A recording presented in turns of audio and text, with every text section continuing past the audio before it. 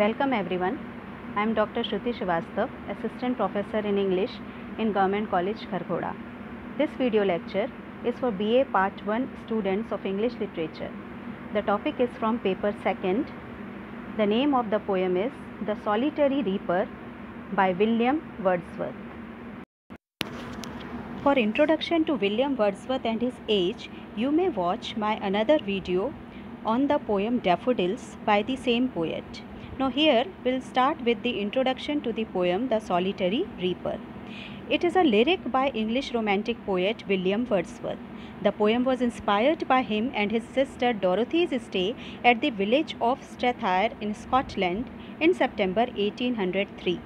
The poem was written in 1805 and was published in 1807 in Poems in 2 volumes.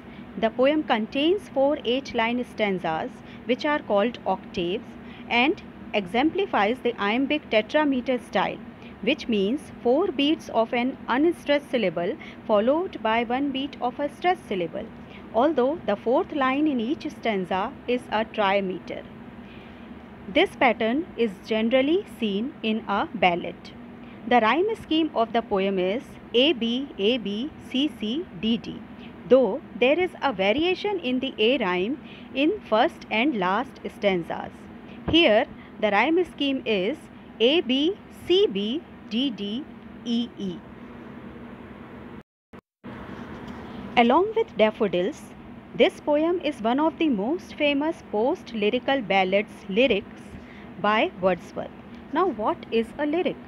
A lyric is a fairly short poem which is the expression of strong personal feelings or emotions, thoughts or perceptions of a single speaker, typically spoken in the first person. For example, Daffodils starts with the line, "I wandered lonely as a cloud." This is an example of a lyric. The term lyric originates from the Greek word lyre, which is an instrument used by the Grecians to play while reading a poem. Elegy, ode, sonnet are different types of lyrics. This poem, The Solitary Reaper, is written in simple language and is given a natural setting. Everlasting beauty and sorrow are the major themes of the poem. The poem best displays the characteristic traits of the romantic poetry, such as love for nature, fondness for melody and rhythm, and simplicity in the choice of structure. It exemplifies Wordsworth's idea of poetry as the spontaneous overflow of powerful emotions recollected in tranquility. Like Daffodils, The Solitary Reaper too presents the theme of the soothing effect of beautiful memories on the mind and heart of human beings. The beautiful experience amid the sights and sceneries of nature provides lifelong pleasure. Now here is the text of the poem. Behold her, single in the field, yon solitary highland lass, reaping and singing by herself. Stop here or gently pass. Alone she cuts and binds the grain and sings a melancholy strain. Oh, listen, for the vale profound is overflowing with the sound. The poet, while travelling in the highland valleys, comes across a lonely girl who is harvesting the crops and singing by herself. Now, lass here, this is a Scottish word for girl. Highland is the northern part of Scotland, as Scotland is divided into 2 parts. The northern part is called Highlands and southern part is called Lowlands. Now he says, yon solitary highland lass. Yon here, it is an old English word for that. So the speaker is addressing the readers to see a girl who is working all alone in the field. Solitary means alone. Stop here or gently pass. He tries to draw the attention of the passers-by by asking them to look at her. He urges them to stop there or gently pass without making any noise so that she would not be disturbed in her singing. Then Wordsworth says that the reaper is cutting and binding the grains. That means she is making bundles of the crops. while singing a melancholy strain. Melancholy here means she is singing a sad song in a very deep note, in a very high pitch. Then she is singing so beautifully that the entire valley is overflowing with the sound of her song. Vale here means valley. The deep valley is echoing by the voice of the solitary reaper. And Wordsworth is very keen to ask the fellow travelers to listen to the enchanting song of the girl which has overfilled the entire valley. Here is the analysis of the first stanza. Wordsworth was fascinated with rural people as he himself belonged to rural England, and girl is no exception. Now he has also used various poetic devices and figurative language in the entire poem. Here we see the poem begins with apostrophe, as the speaker addresses the reader directly. Now what is an apostrophe? It is a figure of speech in which an imaginary person or thing is addressed as if present and capable of understanding.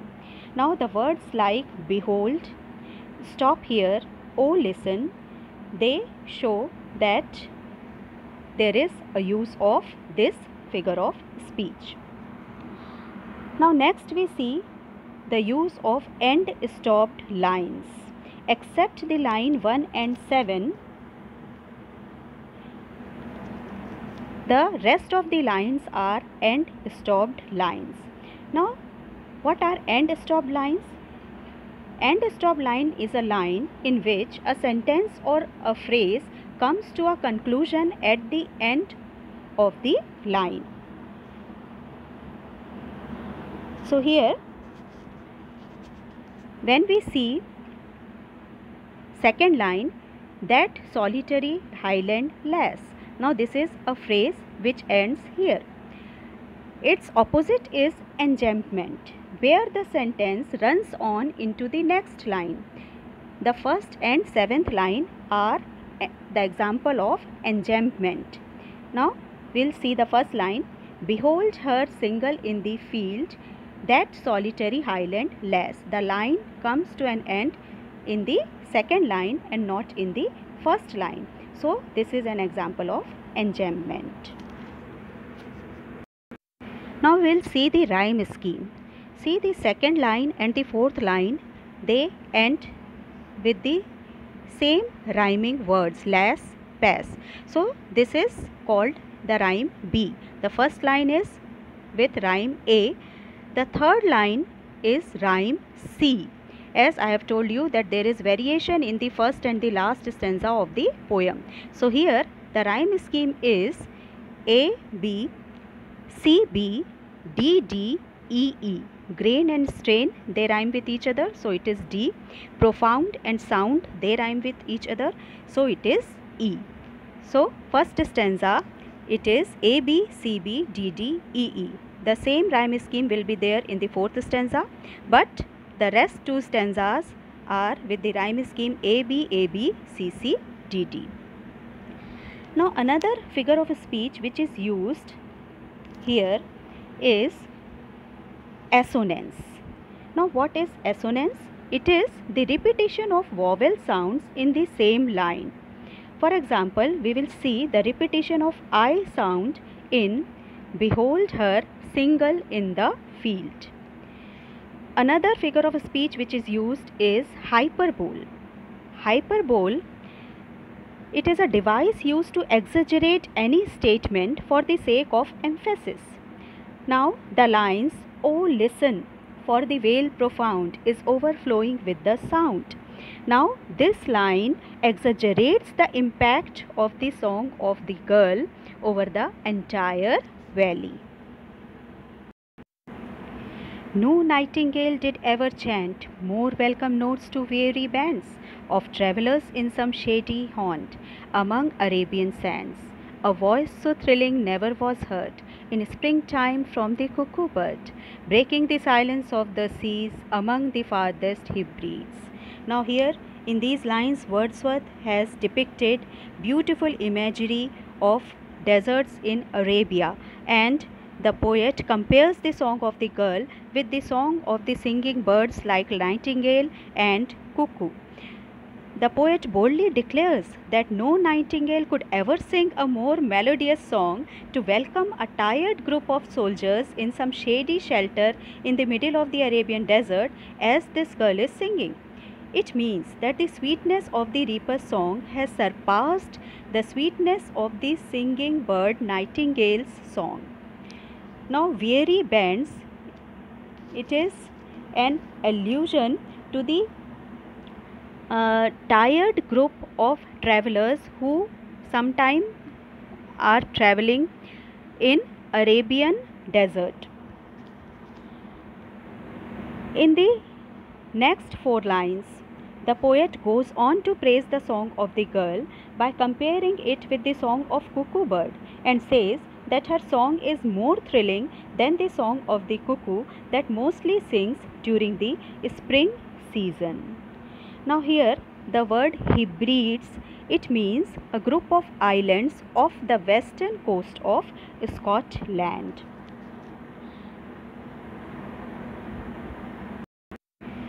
Now here comes the analysis of the second stanza. Weary bands alludes to the difficult journey Wordsworth, Dorothy and Coleridge travelled through Scotland. Now here Wordsworth made use of allusions. Now allusion is an indirect reference in a speech or song to an event or figure.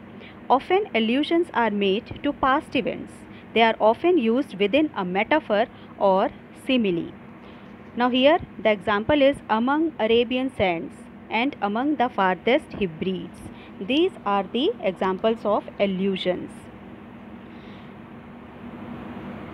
Now there is the use of alliteration also. Now it is a figure of speech where there is the repetition of consonant sounds in the same line in quick succession. The example is shown in the line, no nightingale did ever chant. Now the repetition of N sound is there. There is also the use of another figure of speech called metaphor. Now metaphor makes an implicit, implied or hidden comparison between two things that are unrelated but which share some common characteristics. Now in this paragraph we have seen comparison of the girl's song with that of nightingale and cuckoo's song. Hyperbole is also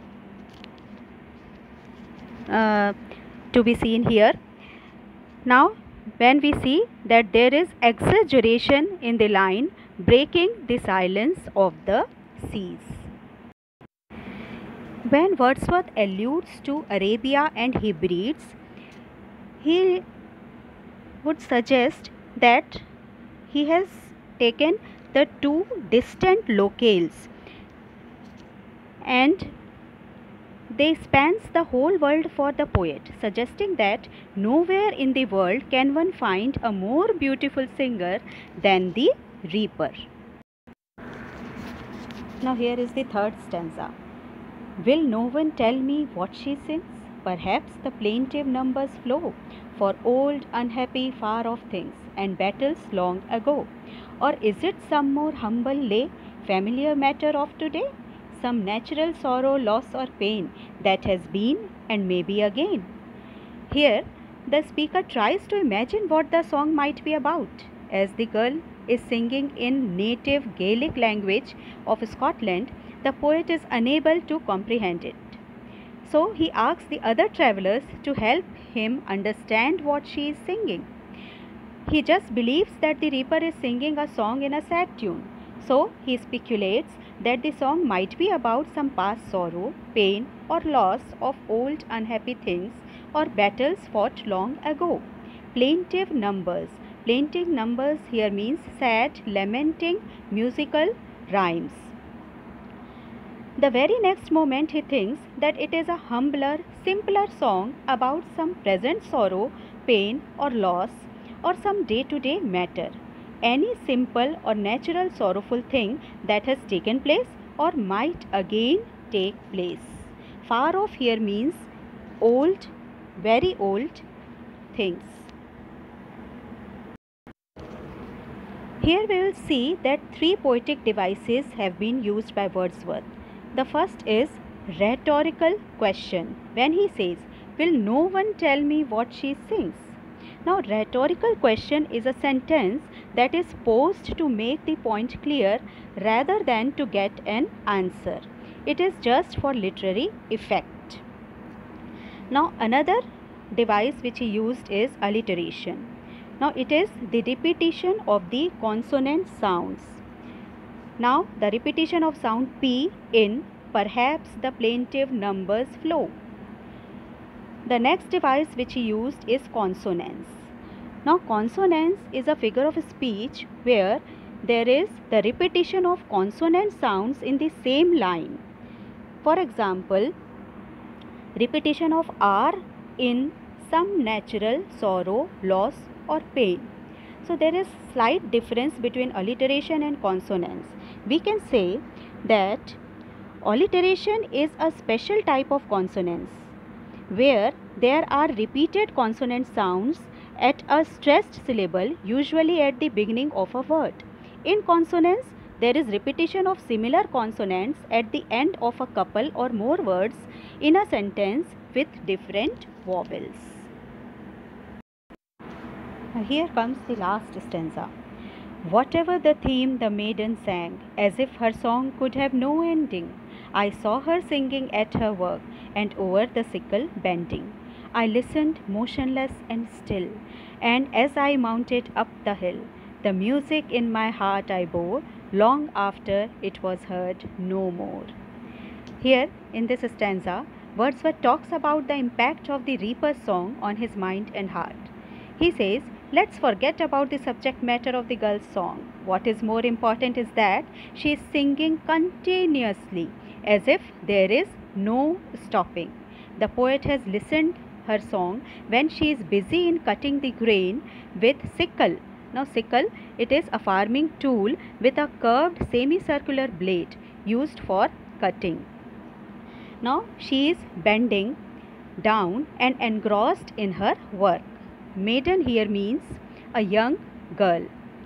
Now, when poet says that as I mounted up the hill, as I climbed up the hill,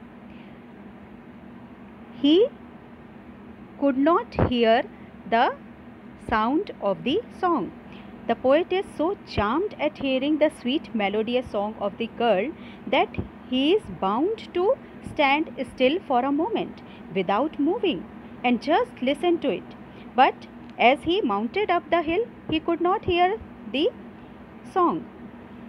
But he feels that he could still enjoy the sweet notes of the song in his heart, as it has created a strong impression on his mind.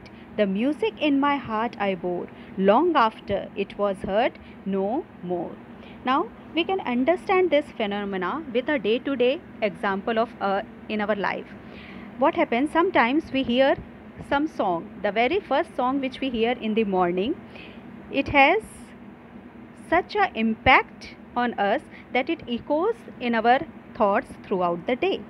So, such is the impact of the music of the reaper's song on the mind of the poet.